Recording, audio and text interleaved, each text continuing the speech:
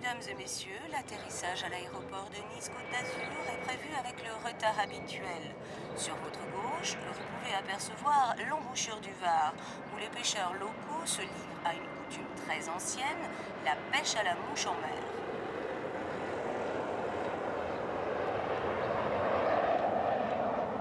La mouche en mer, on peut la pratiquer en haute mer, on peut la pratiquer au départ d'un quai de port, sur une plage. Et bon, le Var, pourquoi? Et les embouchures, et notamment le Var, parce que c'est un endroit qui est très riche.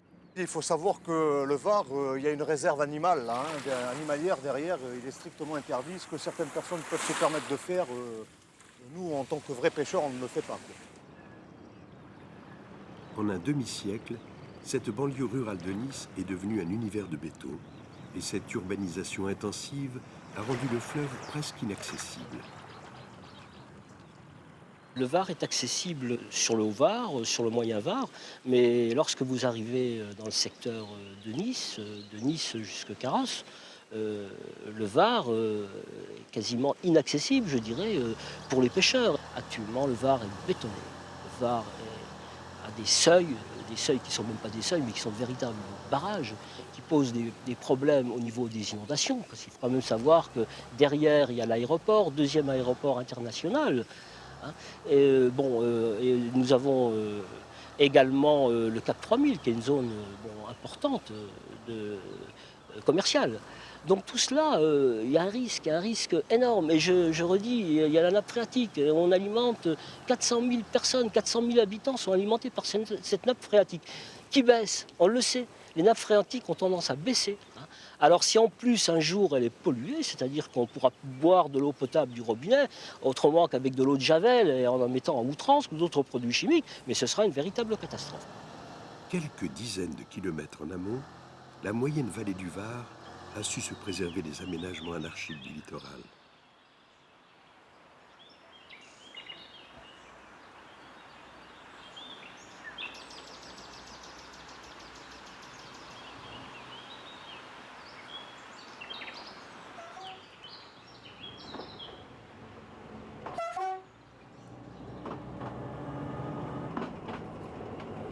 Dans cette vallée, on peut encore y pratiquer la pêche comme avant, comme au temps où le petit train à vapeur brûlait des pignes de pin dans sa chaudière.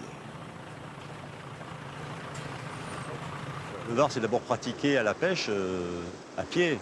Seuls les pêcheurs locaux pêchaient leur rivière. Et c'est à l'apparition du chemin de fer, de la compagnie de chemin de fer de Provence, au début du siècle, avec le train à vapeur, que les gens venaient visiter l'arrière-pays et à l'occasion venaient pêcher. Dans ma jeunesse, il nous arrivait souvent de Puget-Théniers avec un ami, d'emprunter le train, l'autorail jusqu'à Touette, sur Var ou jusqu'à la halte du Cian, et puis de remonter à Puget-Théniers en pêchant.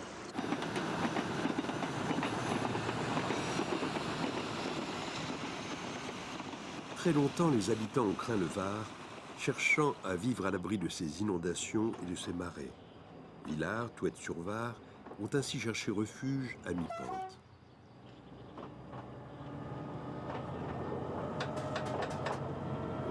Car le fleuve a le caractère méditerranéen, alternant les grosses colères avec les facéties d'un turlupin.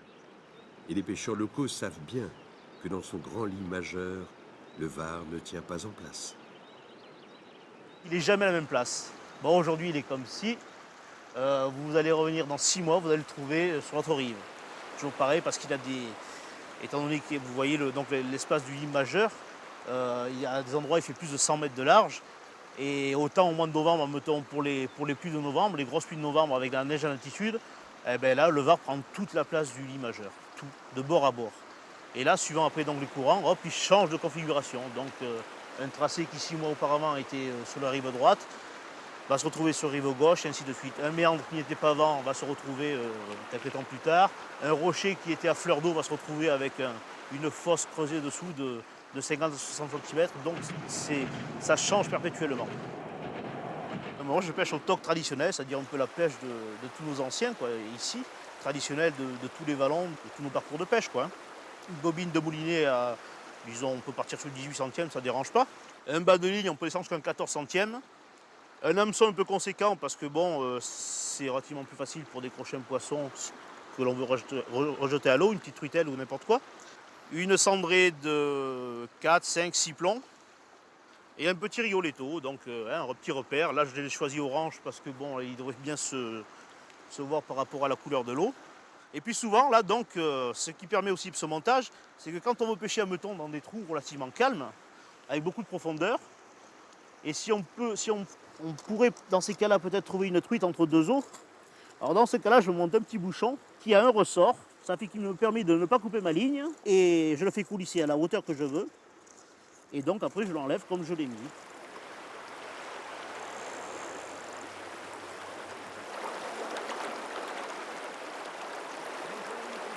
Touché.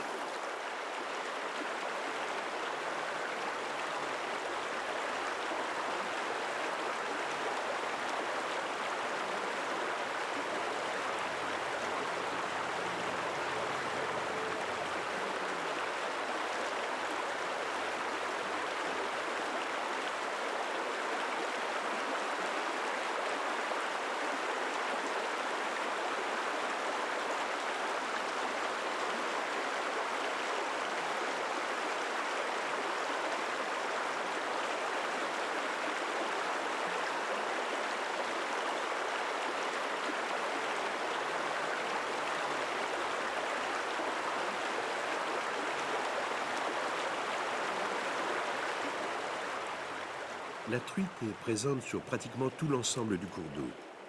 On évoque même parfois la présence d'une truite argentée qui pourrait être une truite de mer, mais qui pour l'heure garde son mystère.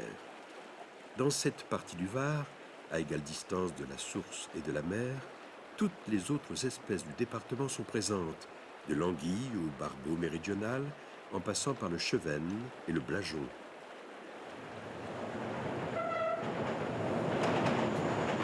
La demande des pêcheurs a conduit la Fédération des Alpes-Maritimes à recenser les problèmes rencontrés sur la rivière. Moi, je m'occupe donc du plan de gestion départemental. En fait, la démarche consiste à faire un état des lieux de l'ensemble des rivières du département.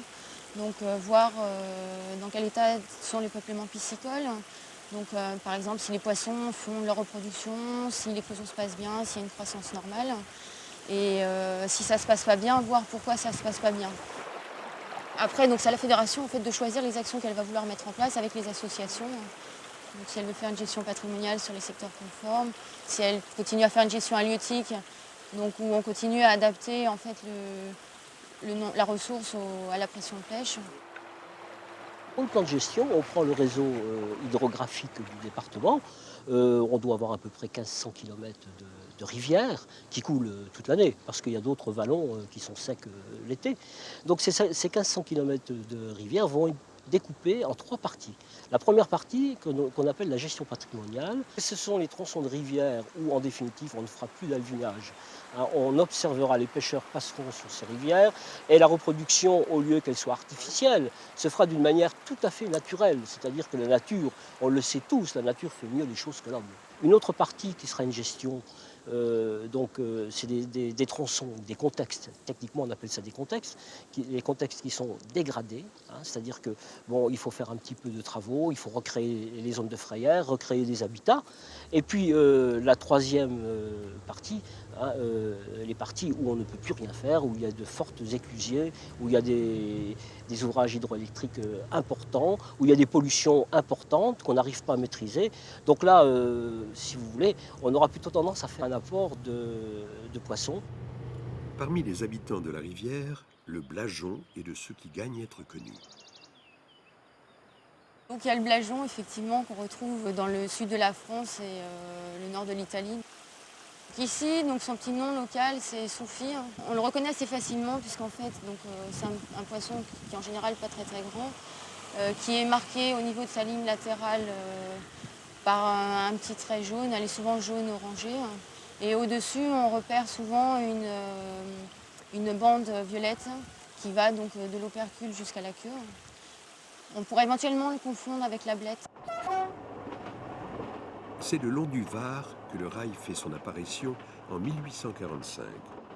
Malgré l'ampleur des difficultés, les travaux du tronçon Nice-Puget-Ténier sont menés à bien en 1892, mais l'achèvement des travaux n'est effectif qu'en 1911. La viabilité de la vallée du Var a étroitement dépendu de deux contraintes, les obstacles naturels d'une part, la frontière d'autre part.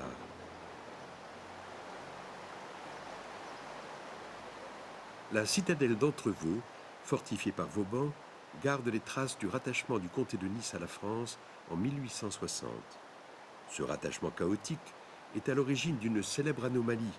Le fleuve Var ne coule pas dans son département, mais majoritairement dans les Alpes-Maritimes, avec un petit détour dans les Alpes de Haute-Provence.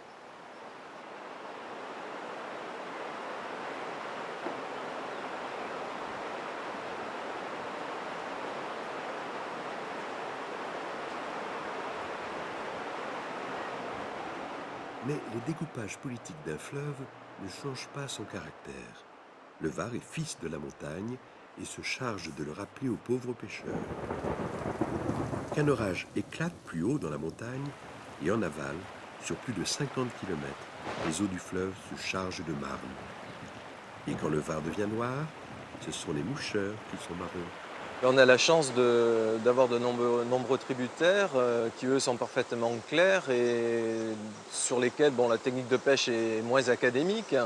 Et il s'agit essentiellement de faire passer une mouche dans des petites veines, des petits courants. Alors là, tu vois, Hugo, on a mis une grosse mouche, un sedge avec un petit pompon blanc pour qu'on le voit bien sur l'eau, d'accord? Alors on fouette un petit peu en revers pour avoir la canne près de l'épaule et bien fouetter du bon côté. Voilà, c'est parfait. Tu laisses bien descendre ta mouche.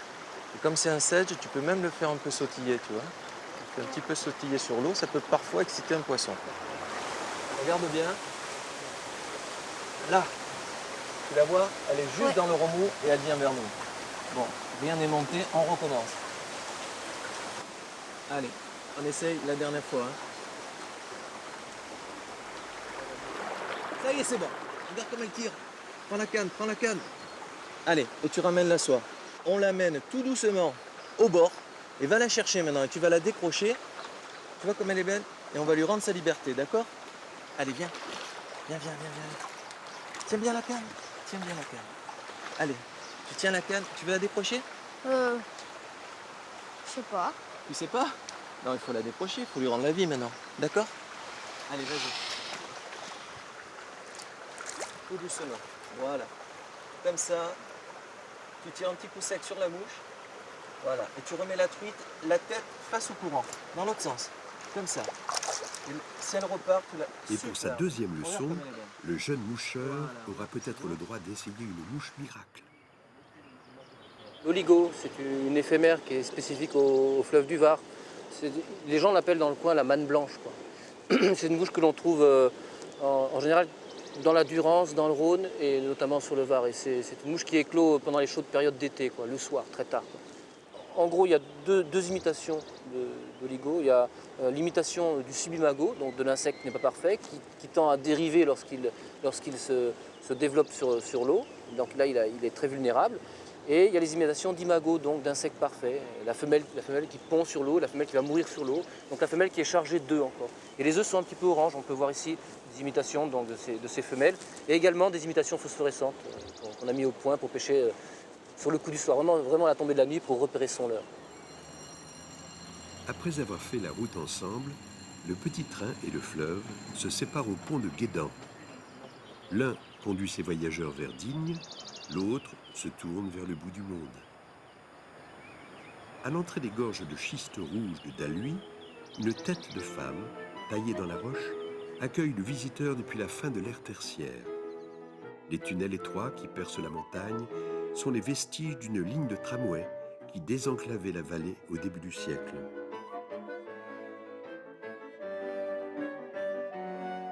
À la sortie des gorges, le pont de la Mariée a été le témoin d'un mystère jamais élucidé.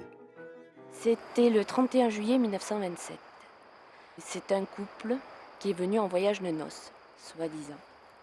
Ils sont arrivés dans les gorges du Daluy, ils ont visité les gorges et ils se sont arrêtés sur le pont. Le soir, ils sont venus sur Guillaume, où à l'hôtel, ils se sont arrêtés. Ils ont loué une chambre et après leur repas, le monsieur voulait visiter le pont, mais de nuit.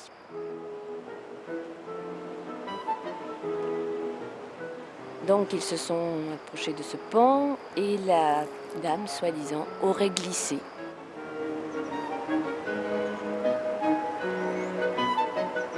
Alors les uns disent qu'il n'était pas en voyage de noces, mais en villégiature en tant qu'amant, puisque ce monsieur était avocat et soi-disant déjà marié. Les autres disent qu'elle était enceinte et c'est pour ça qu'il l'aurait poussée. Enfin voilà, plusieurs versions. Autre temps, autre mœurs. Aujourd'hui, quand on saute du pont, c'est avec un élastique. Et quand on s'y donne rendez-vous, c'est pour une partie de pêche. Aujourd'hui, j'ai pris la petite d'un de mes amis là, parce qu'il n'a pas la patience de lui apprendre. Alors on a dit, on va faire les gorges. Manque de peau, on tombe sur une journée maussade et en plus, avec l'orage qu'on a eu hier soir, l'eau est trouble. Tu as bien monté ta larve?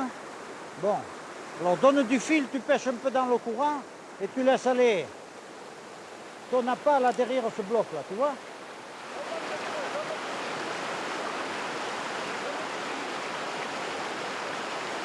Tu n'arrives pas à la noyer là-bas en face de chez toi?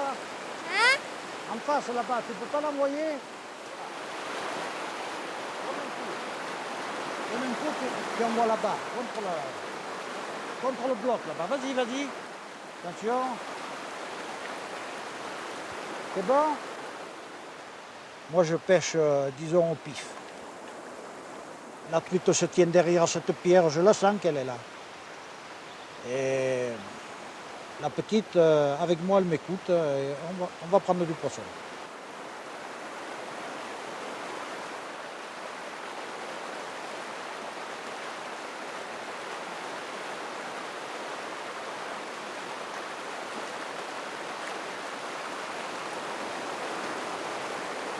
Jean-Pierre!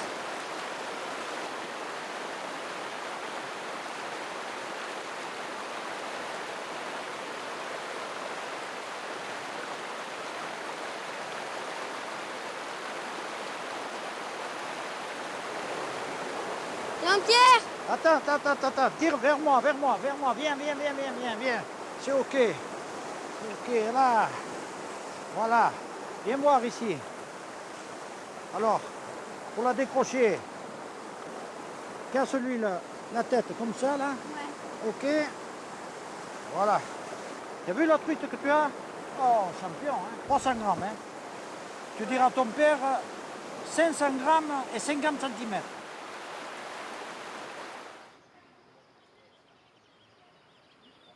Alors là, il y a une station d'épuration. Oui. Là, il y a un barrage, un pont. Et donc là, le cours d'eau s'est bien élargi. Pour que la leçon de pêche soit complète, il faut sensibiliser les enfants à l'environnement. C'est un projet que la Fédération des Alpes-Maritimes met en place dans les écoles du département. Leur faire découvrir un environnement, donc l'eau, et ce qui vit dans l'eau, et ce qui en découle. La station d'épuration, vous gardez, et puis on va faire chacun va piocher.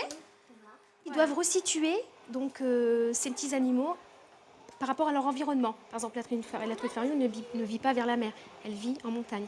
Voilà. Ils doivent reconnaître les poissons, donc quelques-uns, hein, les principaux, et les resituer avec, par exemple, l'anguille qui vit un peu partout. Leur faire voir que parfois, il y a des animaux qui vivent à plusieurs endroits. S'ils ne sont pas pêcheurs, je pense qu'ils seront sensibilisés. Et s'ils vont au bord de la nature, au bord de l'eau, ils feront attention. Ne serait-ce qu'au niveau de laisser des déchets. Et puis la faune, ils verront la faune, la flore. Ils ne marcheront pas dans l'eau, ils feront attention aux petites bébêtes. Par exemple, on parle des frayères aussi, je leur parle un peu de la reproduction des poissons. Donc, ils feront attention de ne pas marcher dans l'eau. Je l'espère.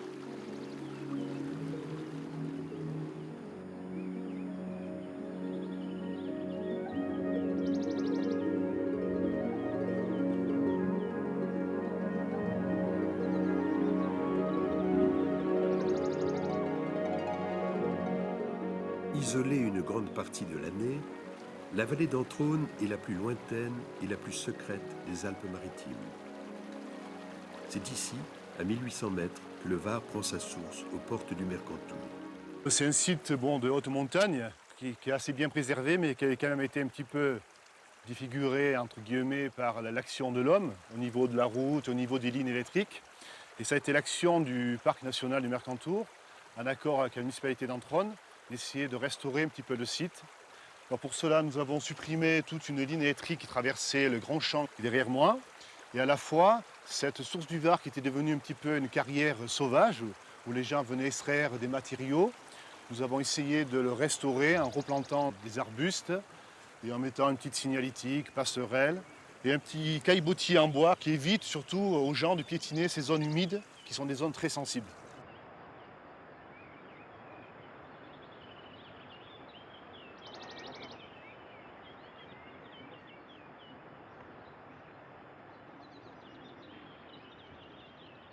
Entre le petit torrent qui coule dans l'herbe au-dessus d'Estaing et la zone industrielle de Carrosse, le contraste est violent.